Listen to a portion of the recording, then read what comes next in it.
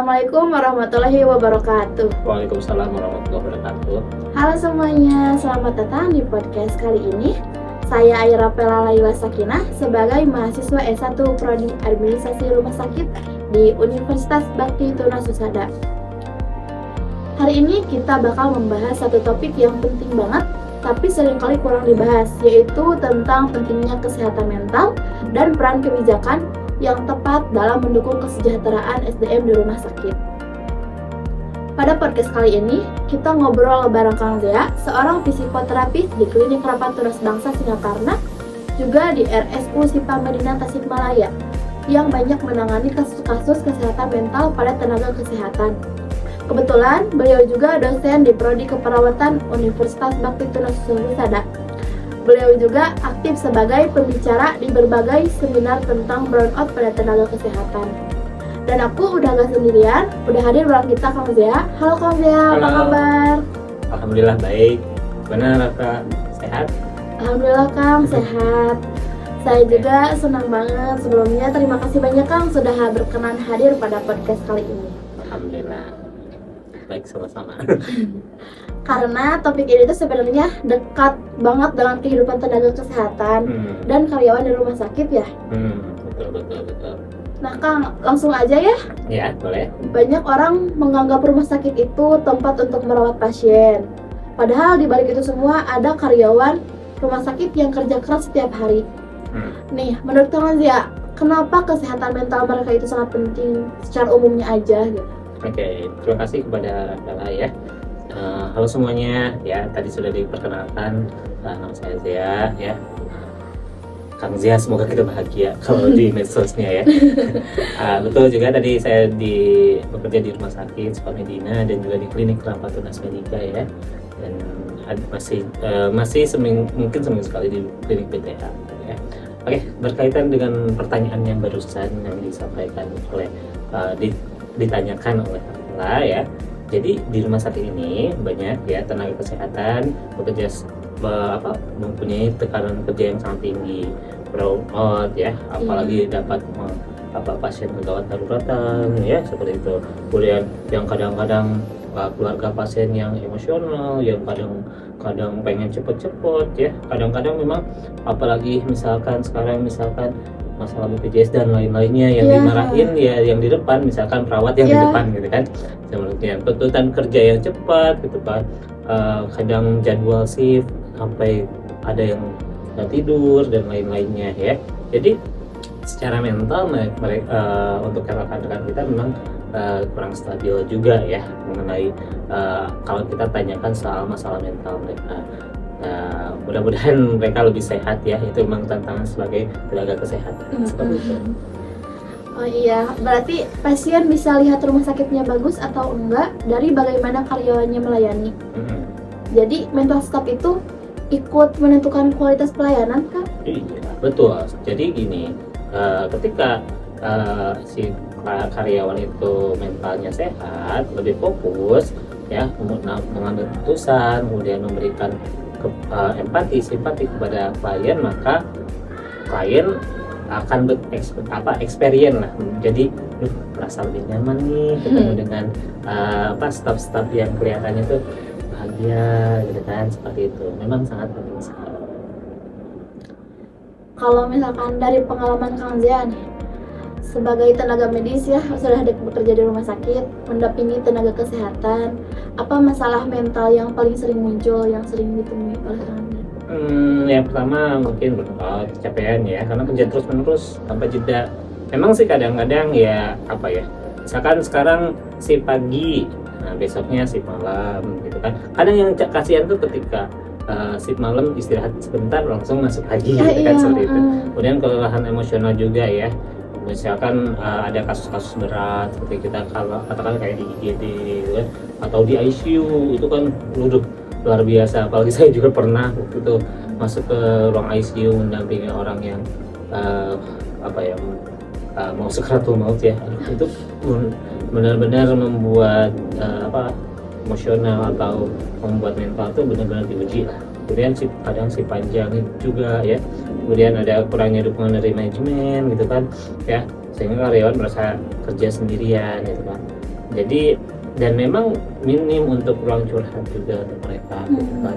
Jadi ya memang jarang untuk ya ketika udah kerja kalau pulang langsung ke rumah tidur kayak gitu, seperti itu. Berarti hal-hal itu mempengaruhi kondisi mental secara nyata kan? Ya betul. Jadi tenaga kesehatan itu harus kuat ya. Jadi ketika saya juga kan karena ngajar di keperawatan juga ya, kadang kasihan juga ya ke mereka, misalkan apalagi rekan-rekan dokter ketika ada yang bertanya ke mereka ketika mereka sakit, masa dokter atau tenaga kesehatan sakit sih kan? Jawaban mereka biasanya apa? Namanya juga manusia. Iya. Padahal manusia gitu. Gitu kan. Tapi kalau saya karena kita ambil sisi positifnya, ketika ada yang bertanya kayak gitu, terus kita jawab aja lagi nyobain.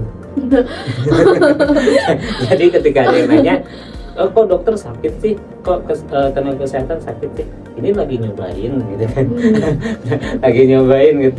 Dan orang awam oh iya langsung kayak gitu kan, lebih banyak lihat aku sehat atau aku sakit. Kelihatannya ya sehat ya gitu kan. Jadi harus dipaksa kuat gitu. Iya, padahal dalamnya sakit ya. Gitu, seperti itu ya. Nah, untuk sekarang kita masuk ke inti diskusinya ya. Yang buat pertanyaan pertama, gimana sih kebijakan rumah sakit bisa meningkatkan kesehatan mental karyawan? Oke, banyak sebenarnya ya. Misalkan program konseling rutin gitu kan. Kalau di tempat saya memang ada gitu kan, dan itu digratiskan juga ya di tempat kami karena buat karyawan itu? Karyawan. Oh, Gitu. keren. Kemudian tapi untuk keluarga karyawan tidak. Jadi Nanti rame.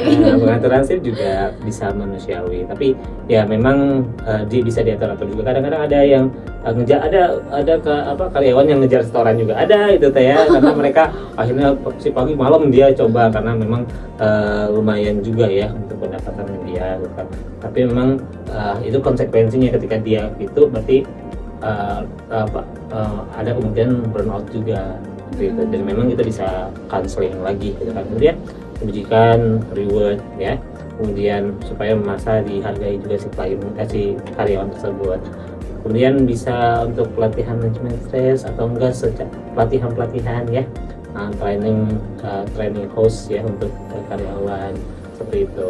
Dan memang alhamdulillah di tempat kami juga ada beberapa kali lah untuk training host untuk pelatihan untuk karyawan untuk manajemen stres itu. Kemudian ya, dan ruang istirahat yang memadai juga ya. Jadi memang kadang-kadang ada beberapa rumah sakit yang karyawan terus stafnya tidur di meja kayak gitu kan. Jadi kita siang gitu kan. Iya. Seperti itu ya. Nah, seperti itulah ya, mudah-mudahan bisa ada memadai seperti itu. Nanti tadi kan barusan sama Kang Tia soal dibilangin dikasih reward ya. Saya paling setuju soal apresiasi. Kadang ucapan terima kasih juga bisa bikin beban kerja terasa lebih ringan ya. Betul. Berarti sangat merasa dihargai ya. Yang paling mahal itu kadang-kadang merasa dihargai gitu. Ya dari hal kecil juga ya. Alhamdulillah kalau saya pribadi sih selama saya kerja di rumah sakit sangat merasa dihargai gitu kan. Berarti bagus ya lima rumah sakitnya gak toksik gitu. Enggak, kalau saya ya alhamdulillah ya. Soalnya makanya saya ambil ini tuh kesehatan mental pada tenaga kesehatan, banyak lingkungan kesehatan itu yang toksik di rumah sakitnya itu. Iya, ya memang di tiap-tiap kerjaan tuh ada saja yang seperti itu. Dan kita juga harus siap ya. Awal-awal saya juga bekerja ada aja yang toksik gitu kan. Ya awal-awal kerja tuh ya bukan di rumah sakit ya, awal-awal memang ada aja yang senioritas dan lain-lain. Iya pastilah itu. Memang itu hal yang sebenarnya biasa, apakah kita siap atau tidak seperti itu. Tapi selama saya yang sekarang di tempat saya sekarang ya alhamdulillah, karena mungkin sebelumnya udah bekerja di tempat yang lain jadi kayak udah biasa aja gitu. Iya, lebih baik ya. Kayak gitu. Nah, supaya pendengar kebayang nih Kang Ria, bisa ceritakan contoh rumah sakit yang berhasil menerapkan kebijakan kesehatan mental? Kalau saya pribadi, karena saya bekerja di Rumah Sakit Sukamedina ya, jadi memang kita ada poli mental health ya, yang kemudian saya sebagai mental health edukatornya gitu kan. Jadi ketika mereka punya masalah apa, kita fasilitasi oleh Pak Direkturnya sendiri untuk konseling ke saya sebagai mental departemen itu gratis, jadi tidak berbayar. Kecuali kalau misalkan keluarga karyawannya ya kan. Kalau misalkan untuk umum memang kita berbayar, tapi untuk karyawan kita tidak berbayar sama sekali, karena kita tahu capeknya seperti apa. Itu banyak banget ya yang curhat masalah keluarga, curhat masalah finansial dan lain-lainnya, dan harus menghadapi dengan pasien-pasien, harus menghadapi dengan keluarga pasien dan lain-lainnya, dan juga administrasi, kan itu benar-benar capek ya, dan memang butuh untuk untuk ada yang memperdulikan kesehatan mentalnya seperti itu. Dan itu setelah menerapkan kebijakan tersebut sangat berpengaruh, kelihatan gitu pengaruhnya. Alhamdulillah ada beberapa karyawan yang memang sudah terbantu lah ya, datanya juga ada ya, alhamdulillah. Dan memang saya juga merasa senang sekali bisa membantu mereka gitu kan, karena kita sama sharing session lah sama karyawan-karyawan di sana, karena ya komunikasi juga membaik gitu kan. Kita juga meskipun kita sedang dalam keadaan stres, apalagi kan sekarang mohon maaf banget ya, kadang-kadang bukan cuman masalah kerjaan saja ya di Indonesia ini kan, untuk tenaga kesehatan tuh untuk gaji minim gitu kan, seperti Ya itu. minim banget. Jadi memang sekolah mahal gitu kan gaji, tapi saya nggak tahu lah itu sama pemerintah ya, tapi mudah-mudahan bisa melihat kondisi tenaga kesehatan sendiri, karena memang ketika tenaga kesehatan ini sehat secara baik fisik maupun psikis dan juga pesak ya secara keuangan, jadi insya Allah bisa merawat atau bisa melaksanakan kerjanya dengan baik. Kan ada misalkan ada salah satu misalkan puskesmas A misalkan ya, begitu karyawan ketika ada ada pasien judes kayak gitu kan. Itu tuh kenapa? Mungkin ya karena di ketika kan Jompang ya misalkan puskesmas itu gajinya untuk PNS besar. Nah ini sukuan atau enggak honor kan kecil banget ya, bisa cuma ratusan ribu kayak gitu kan. Tentunya gede ya. Jadi mungkin telat dibayar atau jadi judes gitu.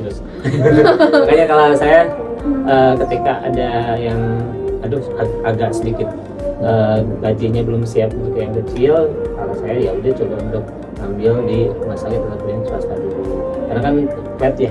Iya. Kalau yang negeri memang ada timpangan seperti itu.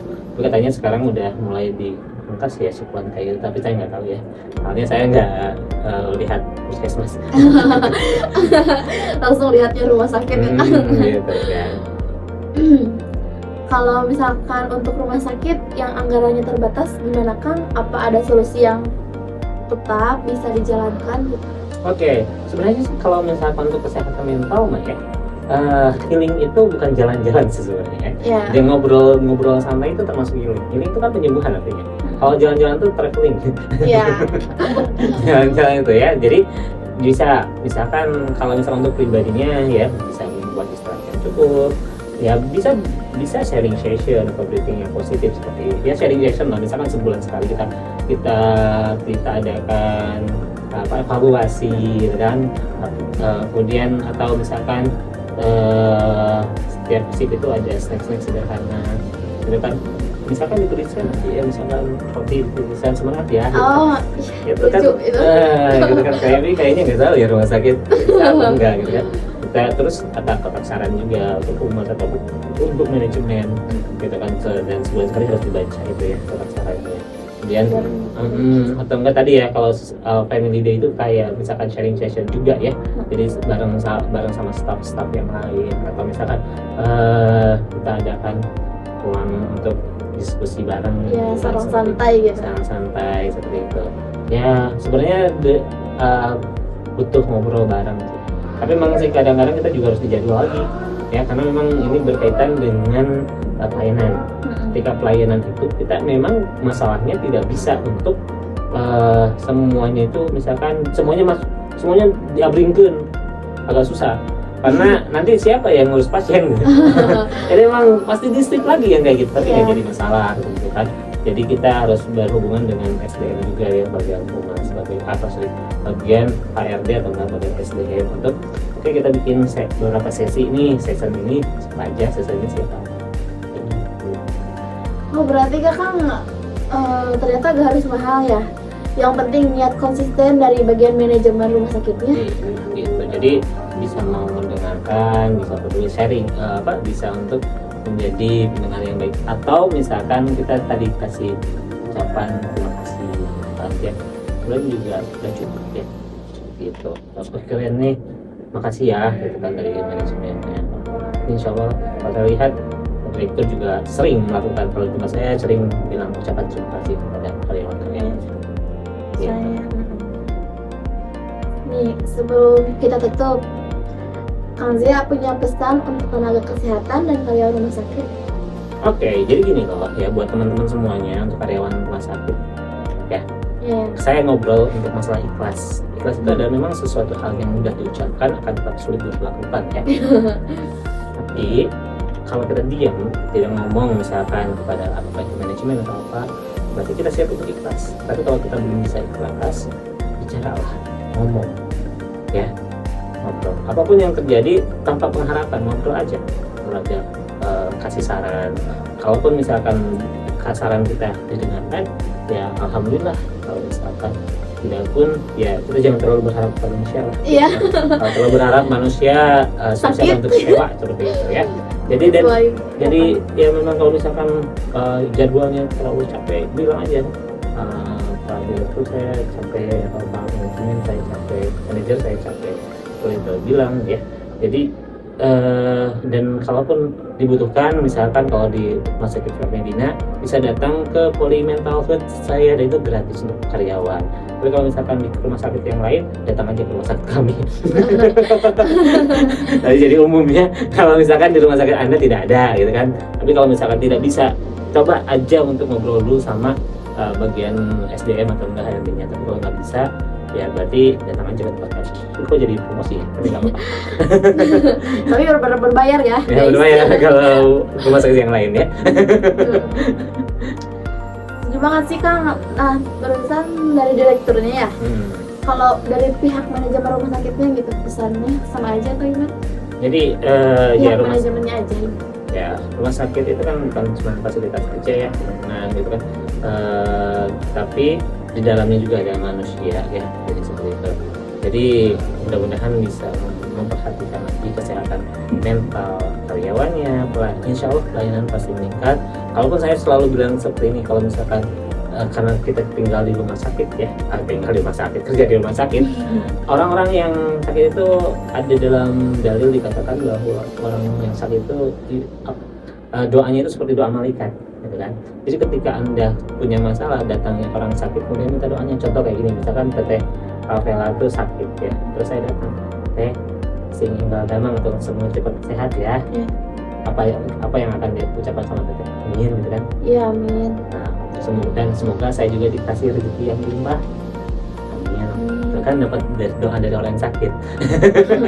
Ya. Dan itu kalau misalkan teman-teman yang kerja di rumah sakit itu benar-benar, saya pribadi ketika saya lagi keuangan kurang stabil, saya datang ke kamar pasien atau enggak nyari pasien ya. Kemudian saya datangin, terus saya bilang ini, Pak, gimana sekarang kabarnya? Alhamdulillah Kang, saya udah lebih enakan. Alhamdulillah. Semoga cepat sembuh ya Pak ya, amin. Dan semoga saya juga dilancarkan rezekinya ya, amin. Itu dan nggak tahu kenapa ya, ayo rezeki deh. Nah itu jangan malas untuk lakukan itu ya, untuk para karyawan dan juga manajemen ya. Datang manajemen juga jangan cuma di manajemen aja, tapi coba untuk datang juga ke karyawan, atau enggak bareng-bareng kita datang ke orang sakit dan kasih minta doanya juga kepada orang yang sakit. Gitu. Baik, podcastnya sudah sampai sini. Terima kasih banyak Kang Zia sudah berbagi insight yang bermanfaat. Semoga obrolan ini bisa membantu teman-teman yang sedang bekerja di rumah sakit atau yang sedang belajar tentang manajemen kesehatan. Amin. Terima kasih juga untuk semua pendengar yang sudah setia dengerin sampai akhir. Sampai jumpa di episode berikutnya. Dadah semuanya. Dadah.